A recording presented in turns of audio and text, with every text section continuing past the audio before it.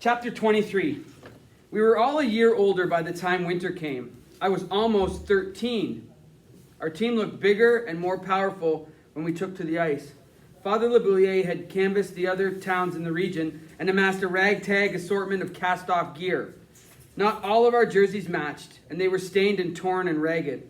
"Hey, Father," someone yelled from the seats at our first town game. "Good joke, holy sweaters." There was laughter all around, but it stopped with our first shift. The summer of workouts had made all of us stronger and faster. The other boys had often joined Father Labouillier and me for our training runs. Shooting the iron pucks off the linoleum had strengthened our shots and passes. When the boys asked me how I was able to do certain things like stopping on one skate or switching quickly from forward to backward skating, they listened closely when I explained it, and then practiced it diligently too. We were in far better condition than the town kids. We brought a supple strength to our game now. The speed I had from the year before had increased 12-fold. That first game, one of the town players poked the puck away from our defense and rumbled up ice all alone. I was caught behind their goal, but I caught him by the time he reached our blue line. I cut in front of him in a wide circle with my stick flat on the ice. I swept the puck off his stick and began skating back the other way.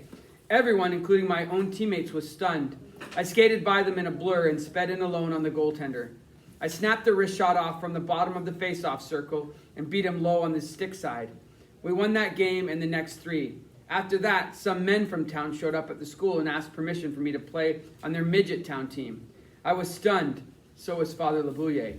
"Midget players are 16 and 17, he told them. "That boy is too fast for the bantams, and he's way too good for the peewees," one of the men said. "Our midget team is competitive and we could use him." "He's only 13, the father said. "He plays older and bigger. His first organized game was last winter."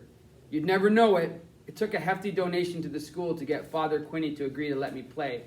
Father Labouillier drove me to practices and games in the old station wagon the nuns used for errands.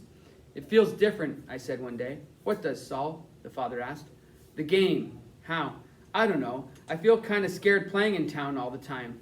Like they expect me to be something that I don't know how to be." "They expect you to be a good hockey player."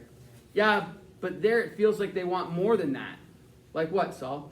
"I don't know. I guess that's what scares me." The town team was coached by Levi Detter, who ran the hardware store. But Father Labouillier and I still went over things every morning on the school rink. He taught me a couple dozen different ways to ice the puck, to send it out of my team's zone and down the length of the rink when the pressure was too intense. I learned how to make passes to myself using the boards, to rag the puck effectively if our team was shorthanded.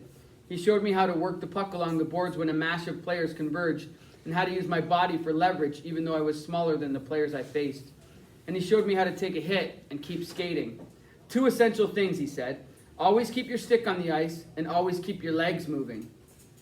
The father and I discovered ways for me to catch my breath, conserve my energy, and rest, all while staying in motion and keeping myself in the play. I found I could go for longer and longer shifts. I scored a few goals in my first few games with the White River Falcons, but it was my passes that got people's attention. I'd chosen 13 as my number because no one else wanted it. The people in the bleachers never learned my name, but I could overhear their comments from the bench. "That 13's got eyes in the back of his head.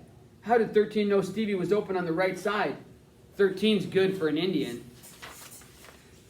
I played 10 games in total for White River. We won 7 of them. I put up 14 points in those 10 games.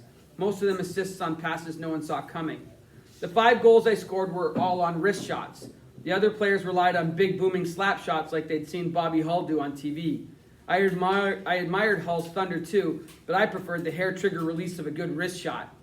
I gave myself to the game utterly. I loved the talks with Father Labouillier in that old station wagon, the smell of musty gear and spit and sweat, the muttered curses and high-voiced shouts from the bench. I thrived on the sound of sticks banging applause against the boards, skate blades pounding a tattoo on the floor of the bench when a move electrified the team, and the feel of thick padded gloves tousling my hair. In the spirit of hockey, I believed I had found community, a shelter and a haven from everything bleak and ugly in the world. But the world of hockey in the early 1960s was a closed one, as it turned out. When Father Labouillier arrived for the 11th game, Levi Detter was waiting for us alone in the lobby of the rink. He had his hands stuffed in his pockets, and he wouldn't look me in the eye. He motioned to Father Labouillier, and they retreated to a corner by the trophy case. I stood there with my gear bag in my hand, wondering what the big secret was.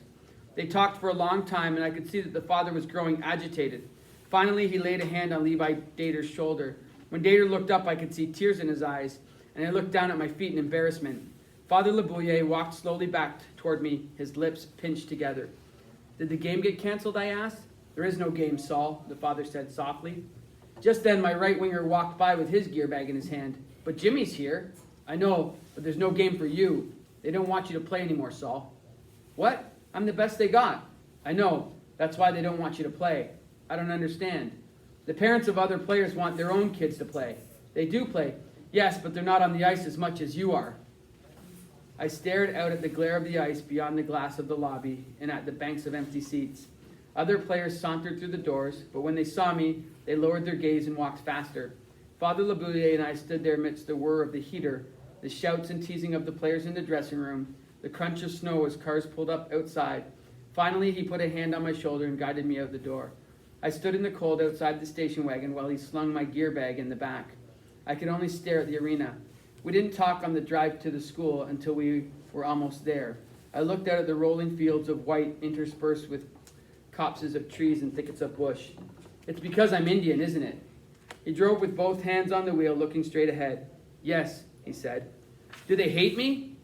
They don't hate you, Saul. Well, what then? They think it's their game. Is it? I could hear the crack of our tires in the frost on the road. It's God's game, he said. Where's God now, then? I asked. He gripped the wheel harder as the ruddy face of St. Jerome slid into view at the crest of the ridge.